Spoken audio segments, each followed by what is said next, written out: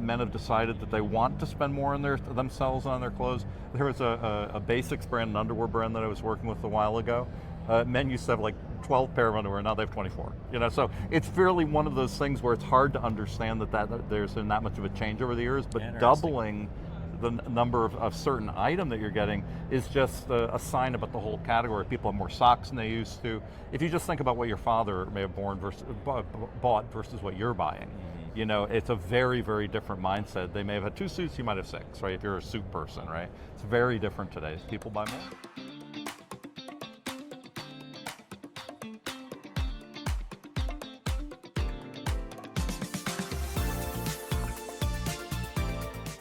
What's going on, everybody? Welcome to another edition of the Ad Podcast. We are here with Timothy Peterson, the President and Chief Operations Officer of Rob Roy. Tim, thanks so much for coming on, man. It's a pleasure to be here, and I'm having a great shop talk. How about you? Hey, well, it's busy. We got a lot of interviews, hanging out in the media center most of the time, but lots of cool things to see, lots of fun people to meet. So I've had so far so good. Excellent times. I was just talking to Steve Dennis a little bit earlier. Okay. The 2 presentations yesterday, which is a lot for one person, and wow. but very well received, a lot of fun. Okay. People have been having a good time. Awesome. Well, for folks who might not be familiar, tell them a little bit about yourself, your company, and what brought you guys to Shop Talk this year. Sure. I work with a wide range of companies, but one of the primary ones I work with now is Rob Roy. That is the actual name of the designer of a bunch of fashions that are mostly gender-free and gender-fluid fashions. Oh, that's cool. So not for men or women specifically, but for people. Unique sizing systems, different manufacturer relationships, and a lot of custom wear.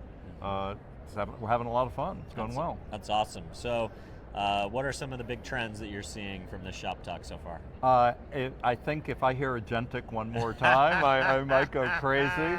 Last year was AI as a hype cycle, just in itself, and I think people they just knew AI was everywhere and AI was coming, and they needed to figure it out. I feel like this is the year of practicality for AI. But I do think, Agentic is kind of the next hype cycle. So on that note, are you guys using it at all yet? We are using AI, we're using machine learning, and I'm trying to be really careful about not using the buzzword side of things. I always say start with the problem and then work toward the solution. Yeah. I think a lot of folks, unfortunately, maybe if they're not as familiar, they start with the solution. They get excited by the shiny object, and then they go back and say, what could I use it for? I say start with the problem, and then you'll be okay. You'll actually do all right. There are a lot of great people here to work with. Yeah, I love it. Well, the big thing that I'm hearing about Agentic is kind of the idea that Agentic Commerce is kind of the way that it gets framed, at least in the Shop Talk ecosystem. And I heard the go-to market guy for OpenAI has kind of gone, as a thought leader and is talking at events and stuff like that. And one of the things that he mentioned is that, if you take your refrigerator and your cabinet and your closet, well, he didn't say closet, but I'm bringing that into this context. And I think it's probably a little bit different. We can talk about the nuances.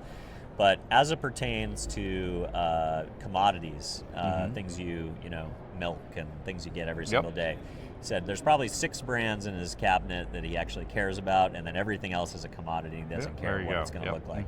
So there's going to be a world in the not too far distant future where your refrigerator will just order all that stuff for you, and unless you tell it to order a Coca-Cola, they might just order whatever version of the cola that they want to order. Fashion's a little bit different. For me, I'm a brand guy. I'm a surfer, if you can tell. I can tell. You have to give off that vibe. So I am very loyal to those brands that I grew up with, and whether I go to retail or e-com or even a thrift store, when I'm going through, I look at the labels, and if it's a label that I've heard of or I know or I like, I want to, even if something looks good, if I don't know the label, I'll say no, and I'll just keep scrolling. So you're still buying Mr. Zoggs and exactly. Billabong. 100%.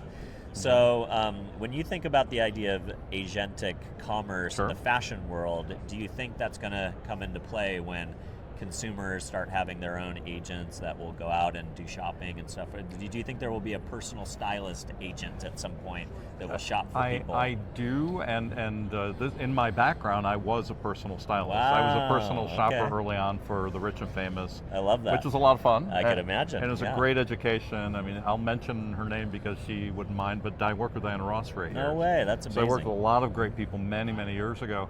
And the connection today is that a lot of those folks would say, when this is available, or when you find this, or when the kids are this much older, I need X, Y, and Z, right? They're planning, they're thinking ahead. Okay. These events are happening, the vacation's happening in 3 months.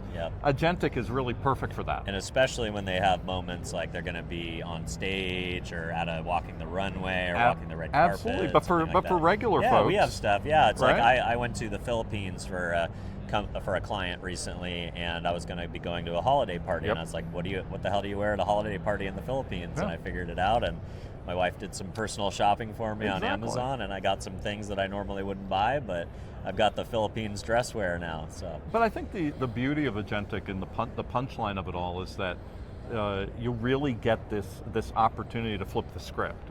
Like, I don't have to go searching for these things. I don't have to. I could if I want to. Yeah, it's a time save. It's a time save, and also it's about raising awareness of things you may never have seen before. It's that discovery, that sense of discovery. Agentic can throw things to you that you didn't know were possible or you didn't know existed. And I think that's really the promise of it for a lot of brands here. Really that could be a great thing for them. Totally.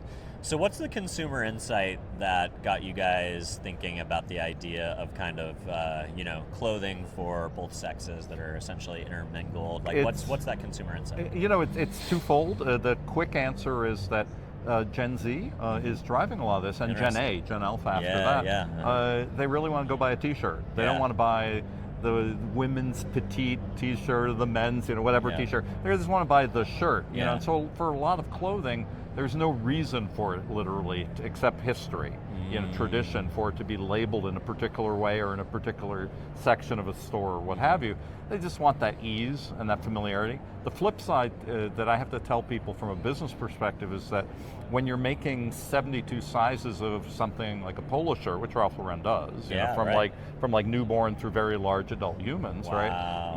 You can look at the sizing tech and say, well, wait a minute, it's only 1/8 of an inch different between this boy's size and this women's petite size, and the shirt is nearly identical. So if it's only 1/8 inch, why aren't you just making the same shirt and just changing your manufacturing processes and thinking about the labeling a little bit differently? Yeah, that's interesting. Now, what about the fact that women buy so much more clothes? They do, but men are catching up. Interesting. Younger men especially, but also 35 to 55, men have decided that they want to spend more on themselves on their clothes. There was a basics brand, an underwear brand that I was working with a while ago.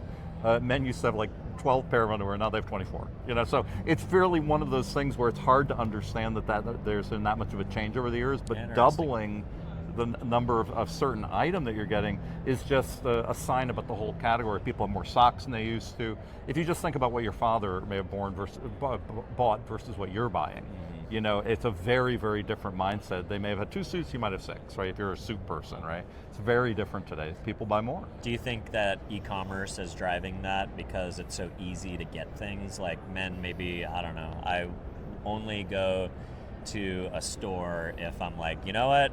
I need 3 pairs of shorts, and I'll go to the store because it's a mission and I don't have any shorts that I like anymore, or I've changed sizes, or they've gotten ratty, and it's like a utilitarian mission to the store to buy 3 of a specific things because I need them then and now because I'm out of it. And I feel like women are more those kind of like casual browsers where they just buy things as they see them online, stuff like that. They have been, but also it's a lot of it is social media driven. A lot of it's social media driven.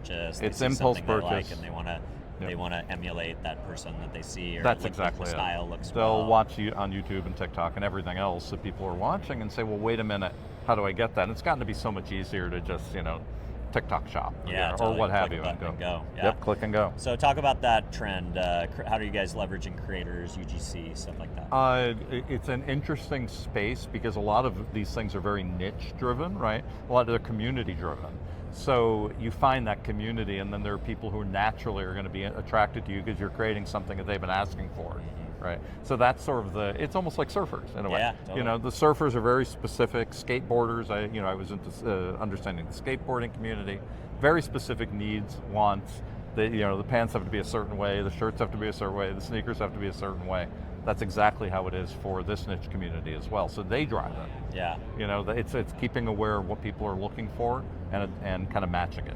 What about the personalization aspect? One of the unlocks of, UGC and creators is that you don't have to use traditional models as much anymore. You can kind of crowdsource from, people by sending them samples, or even find customers that already purchase and are loyal to your brand, and they look more like your average consumer versus kind of the runway models and the typical people you use in a shoot scenario or a studio scenario or something like that.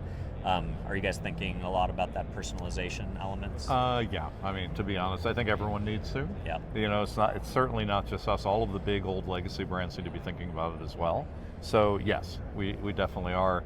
And as I said, since it's driven so much by the consumer and what they're up to, the people out in the world, it's easy for niche brands, it's easier, I should say, for niche brands to find ways to tap into that, because the community's already there, right? You don't have to look for the community and say, where do I find them, who's going to do X, Y, and Z? They're already doing it. Yeah. It's figuring out how to work with them well. I love it. So let's talk about Shop Talk a little bit. I'm ready.